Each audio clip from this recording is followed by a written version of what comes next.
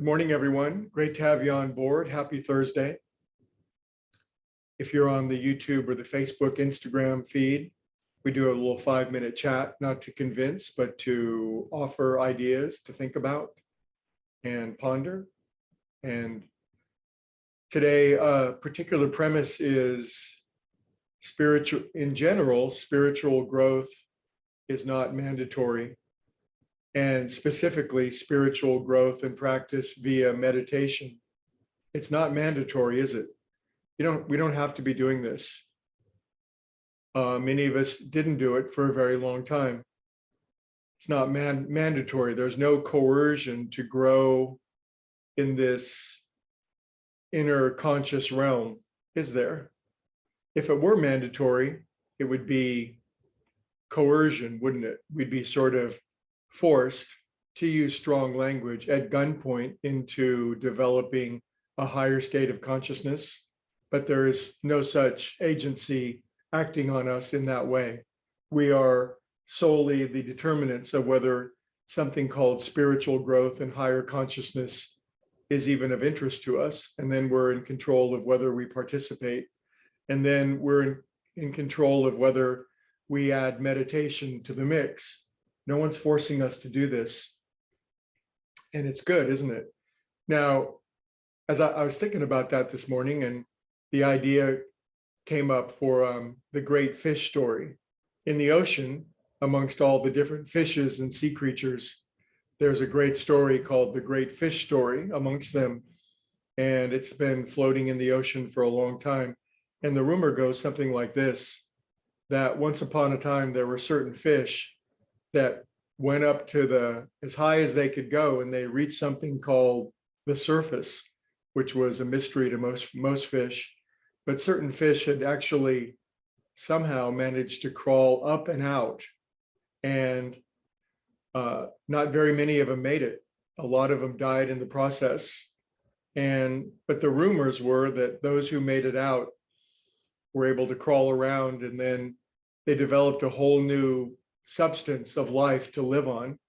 They weren't breathing water anymore. They were breathing something different. And then they moved on, and life became not necessarily easier, but incredibly more free. They weren't consigned to a watery world, and there were depths for them and experiences that were, well, it made the fish really curious. Now, some of the fish were highly skeptical of this. Having been in the ocean for a very long time, they didn't believe in such ridiculous stories. And in fact, they tried to talk the other fish out of it. Don't waste your time being a dreamy imagining fish. Get practical and accept the fact that there is only water, and that it's, as soon as we get these silly superstitions out of our head, that would be the best. But some of the fish did make it, and some of those fish are you, and you've made it this far. And now something else is beckoning. There are stories of humans who have practiced these practices, who have determined that as wonderful as this plane of existence is, certain other beings have descended down to say, there's something far better than this. There's something far greater, far more wonderful, with freedoms beyond your wildest imaginings. And it's worth seeking, but you don't have to. You can just continue on. Now, I'm personally of the opinion that even though we don't have to spiritually seek, and we certainly don't have to meditate, that there's no such thing as spiritual homeostasis. We're either expanding or we're contracting. There's no such thing. And there's no such thing as just ongoing, eternal, staying at one level.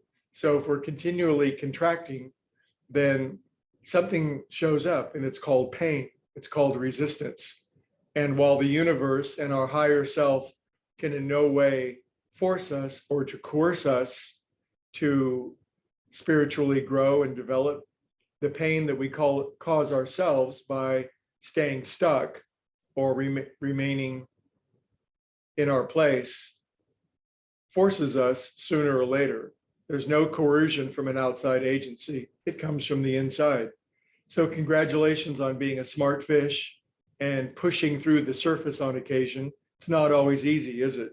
but you know, deep down in your soul, down to your fish scales, that there's something glorious and wonderful for those of us who wish to participate and spend time every single day rising up and learning to live on a new substance, a new essence to breathe. I'll see you tomorrow. We'll talk about our talks this week. I will be delighted to see you, and have a beautiful day, my friendly fish. Be a flying fish.